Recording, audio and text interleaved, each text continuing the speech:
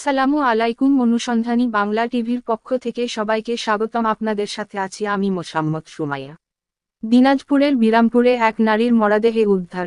দিনাজপুরের বিরামপুর উপজেলার খানপুর ইউনিয়নের সন্দলপুর এলাকা থেকে অজ্ঞাত এক নারীর মরদেহ উদ্ধার করেছে পুলিশ। গত শনিবার 21শে সেপ্টেম্বর বেলা 11টার দিকে উপজেলার সন্দলপুর গ্রামের ধানক্ষেত থেকে বিরামপুর থানা পুলিশ মরদেহ উদ্ধার করে। বিষয়টি নিশ্চিত করেছেন বিরামপুর থানার দায়িত্বপ্রাপ্ত ওসি তদন্ত কর্মকর্তা মমিনুল ইসলাম। জানা যায়, 30 অথবা 35 বছর বয়সী এক নারীর মরদেহ ধানক্ষেতে পড়ে থাকতে দেখে স্থানীয়রা পুলিশকে খবর দেয়। পরে পুলিশ ঘটনাস্থলে গিয়ে লাশ উদ্ধার করে ময়না তদন্তের জন্য দিনাজপুর মেডিকেল কলেজ হাসপাতালের মর্গে পাঠান। বিরামপুর থানার দায়িত্বপ্রাপ্ত ওসি তদন্ত কর্মকর্তা মমিনুল ইসলাম বলেন, অজ্ঞাত এক নারীর মরদেহ ধানক্ষেত থেকে উদ্ধার করা হয়েছে। তাৎক্ষণিকভাবে নারীর পরিচয় পাওয়া যায়নি।